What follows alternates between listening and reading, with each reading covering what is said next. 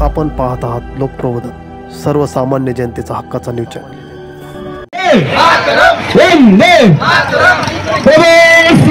रामचंद्र की सुत हनुमान की।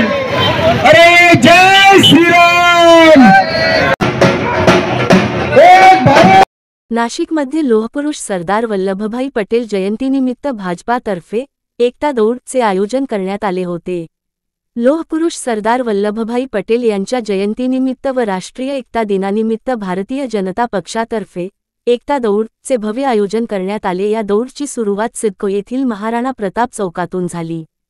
या प्रसंगी पश्चिम विधानसभा क्षेत्राच्या आमदार सौसीमाताई महेश हिरे, नाशिक शहराध्यक्ष श्री सुनील केदारे, माजी आमदार श्री अपूर्व भाऊ हिरे यांच्या उपस्थितीत कार्यक्रम संपन्न झाला।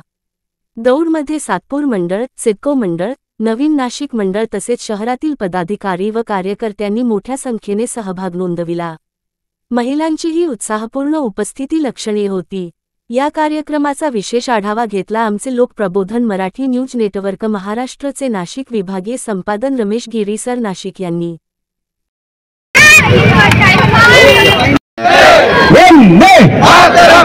एकता दौड सिडको येथील मनपा शाळेत समाप्त झाली। यावेळी लोहपुरुष सरदार वल्लभभाई पटेल यांच्या प्रतिमेला पुष्पहार अर्पण करून अभिवादन करण्यात आले। मान्यवरांनी आपल्या मनोगतातून राष्ट्रीय एकता, भाईचारा आणि देशभक्तीचा संदेश दिला। कार्यक्रमाचे आयोजन उत्साह, देशप्रेम आणि सामाजिक ऐक्याचे प्रतीक ठरले। सरदार वल्लभभाई पटेल यांचं योगदान या देशामध्ये खूप मोठं आहे किंवा सर्वश्रेष्ठ आहे असं म्हटलं तरी चालेल। इतकं मोठं काम त्यांनी खऱ्या अर्थानं उभं केलं। हा देश आपल्याला अखंड दिसतोय। या देशामध्ये अनेक संस्थानं, आपण मगाशी यांनी सांगितलं बातम्यामध्ये की सगळी संस्थानं त्यांनी जी मर्ज करून घेतली, म्हणजे लिटरली एकेका माणसाला भेटून त्यावेळेचे जे राजा होते, संस्थानिक होते, त्यांना भेटून त्यांच्याशी चर्चा करून त्यांना कन्व्हिन्स करून खऱ्या अर्थानं त्यांनी हा देश उभा केला। ते काम सरदार वल्लभभाई पटेलांनी केलं। आणि सगळ्यात महत्त्वाचं त्यातलं जर काही असेल तर काश्मीर केलं। काश्मीरच्या राजांच्या मनामध्ये खूप मोठी दुविधा परिस्थिती होती की त्यांनी पाकिस्तानाबरोबर जावं की आपल्याबरोबर, आणि त्यांना खऱ्या अर्थानं कन्व्हिन्स करून तुम्ही भारताबरोबर राहा, कारण काश्मीर आपल्याकडे राहणं हे एवढ्याकरता गरजेचं होतं की अख्खा हिमालय त्याच्या मागे उभा आहे आणि त्यामुळं एक मोठा संरक्षण भिंत आपल्या देशाची ती उभी राहते। हा मोठा विचार सरदार वल्लभभाई पटेलांच्या मनामध्ये होता आणि खऱ्या अर्थानं काश्मीर आज भारतामध्ये सामील झालं याचं श्रेय जर कोणाचं असेल तर ते सरदार वल्लभभाई पटेल।